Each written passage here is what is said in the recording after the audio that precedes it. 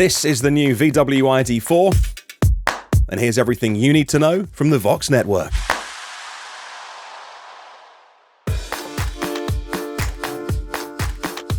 If the ID.3 was the Golf-sized smaller cousin to this car, the ambitions for this are much bigger. The ID.4 is a larger car, but it enters the highly competitive crossover SUV segment, more like a VW Tiguan. But should you get one? Well, let's find out. And if you like this video, please remember to subscribe and give us a thumbs up. That tells other people this video is worth watching.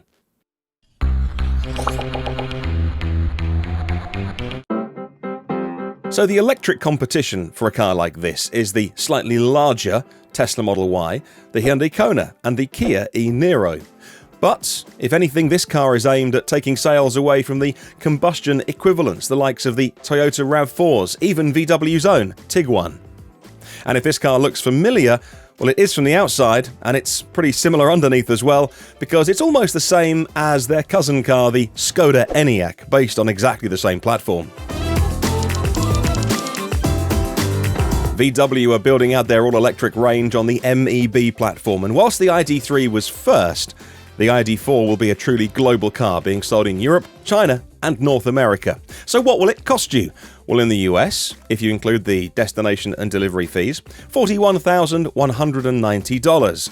But if you do qualify for the federal tax credit, that'll come down to $33,690. And in some states, there are local incentives to bring the price below $30,000. The first one sold will be called First Editions. In Germany, around €50,000. In the UK, pricing to be confirmed, but around £45,000. So what do you get for your money? You get a very large battery, 82 kilowatt hours. But actually, you only get to use 77 kilowatt hours of that battery. But that's a good thing. EV batteries don't like to be either very, very full or left at empty.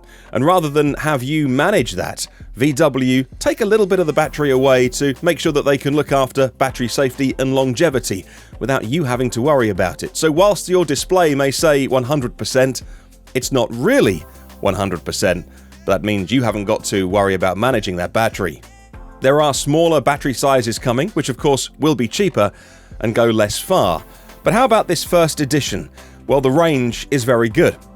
The EPA equivalent, Volkswagen said in their US launch this week, would be 250 miles, but we think that's underplaying it slightly because the European WLTP range is 323 miles.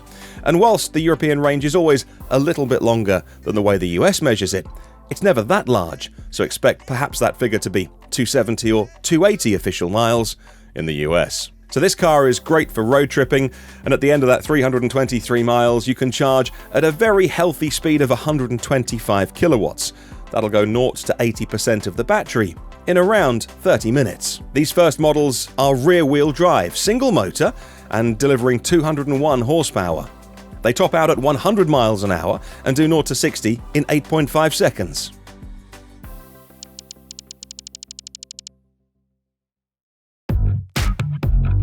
In the US, there's a huge benefit to getting this car if you will be using public charging. The ID.4 comes with 3 years free charging on the Electrify America network. And based on Volkswagen's new MEB platform, all their cars get over-the-air updates. That means your car will get better the longer you own it. On the exterior, look out for flush door handles, LED lights and an exterior light pack. But it's the interior perhaps that you may be more interested in if you're going to be using this to ferry the family around at the weekend. The boot size is 543 litres, but fold down those rear seats and it's 1,575 litres, ideal for families who need to carry a lot of stuff.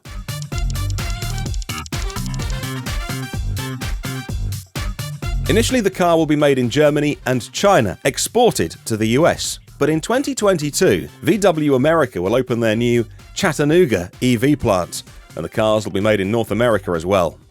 So what do you think of the new Volkswagen ID.4? Is it something that you'd like on your driveway, or is there another car that you have your eye on? Let us know in the comments below.